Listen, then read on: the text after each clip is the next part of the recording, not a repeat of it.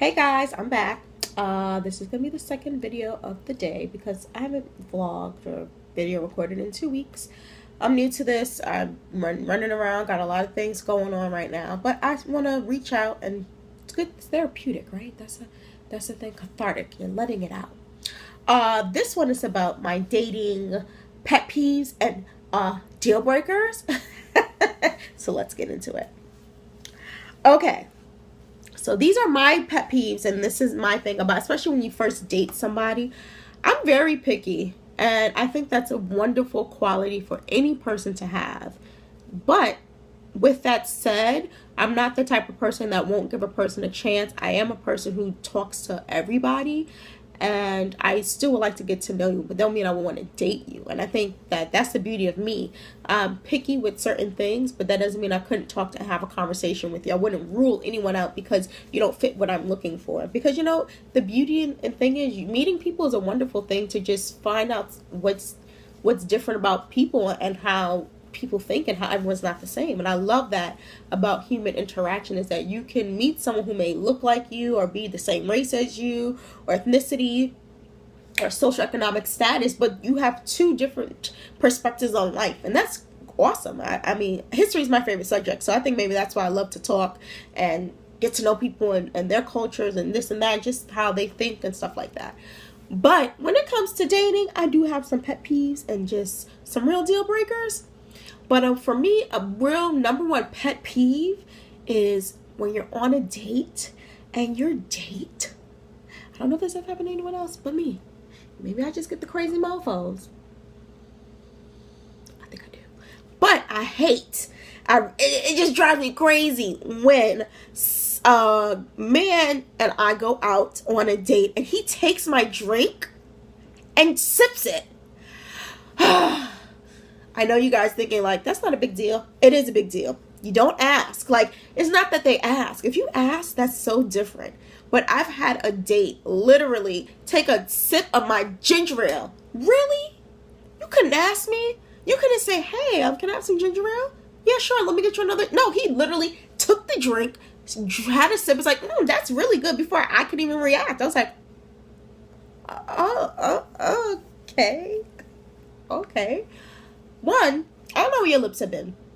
And I'm not saying that in a bad way, because I do kiss on the first date 8 times out of 10, if but it's just courteous. It's just, you don't know if I'm sick, if I'm kind of under the weather. I would tell someone, I'm like, I'm not sick, but I wouldn't drink. Like, I don't know what you've been doing. I don't know if you smoked. I don't like cigarette smokers either. That's a deal breaker. But that's next part. But I just think it's so rude when someone does not ask. That's just like me going on your plate, and we've been on 2 dates or 1 date. 1 date and I'm digging at your plate. You feel that comfortable with me already to just be like, oh, it's her space, it's my space? No, sir. Get your life in order. I really hate that, guys. Like, I just, any type of chemistry or any type of feeling I had of being turned on and just liking that really goes out the window. And I go from, oh yeah, you're really nice, to, oh, okay. Yeah, why are you quiet? Nothing. I really don't like that. Smacking is another one. That is a huge pet peeve. Oh, there's nothing worse when you're on a date with someone who first has bad table etiquette and does not know how to share. Like, I was on a date with someone, nice guy, but he literally ate almost the whole appetizer. Yo, dude, like, if you really were that hungry, you should have got that for yourself, and I could have, like, ate a salad or snacked on the bread, because you really were not going to share the 3 pieces of it was big pork, medium sized to big, but you really were going to dog everything. Like, I'm like, really? Isn't sharing caring, especially on the first date? But smacking is really, like, bad. Not when you have your mouth closed and I can hear you chew, or you're like,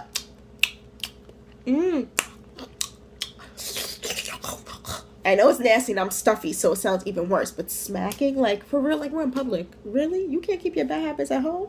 Or you can't wait till like 3 months in and you're like, I smack. Like, really? And like, those are the 2 big pet peeves. And then the last one, it's it's more of a deal breaker. It's like pet peeve, but can be deal breaker, is nothing to talk about. I think a lot of times guys guys are visual, and I get it. Men are visual creatures. You need to see something to like it, and you can see the same image all day long. You can see it the same way, just with a different anything on. You could, if you love bows, you could see me look like this every day, but if I had dip bow, it would drive you crazy. Women aren't like that. We like to see something and then put it in our minds and visualize it and make up our own things about it. So we're more subtle. Men have to understand you don't have to be overt and extra with things, but women can take something in and then formulate to what she wants it to be, and that stimulates our mind. But nothing to talk about. It's a real big issue, and it is more of a deal breaker as a pet peeve, especially like on the first couple of days. There's nothing wrong being nervous and being because your nerves show, and that's cute. Like, I was talking to a guy, and he was trying to be all cool and macho and crap, and like he almost tripped or something, and I was like, it was cute because it's like he's trying to like show off for me and like be this muscle man or whatever, and it's like, yo, you're not even watching where you're going. So it's like, it's nice to feel like you're watching me more than you're watching like your safety. But that's cute. But like, really not having anything to talk about is not good. Read a book, that goes into my deal breakers. I don't like people with children. Disclaimer. I know, guys, don't judge me. You can judge me a little bit, but I have dated men with children, more than one. So it's not that I haven't seriously dated. I dated someone for 2.5 years with 2 kids. It's just after dating someone, I'm very patient, I'm very understanding.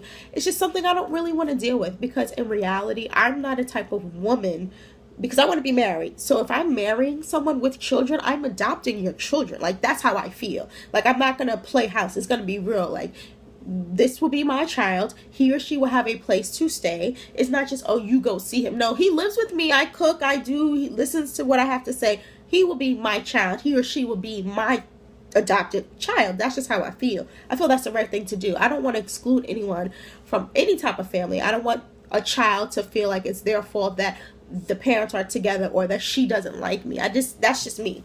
So that's why I do prefer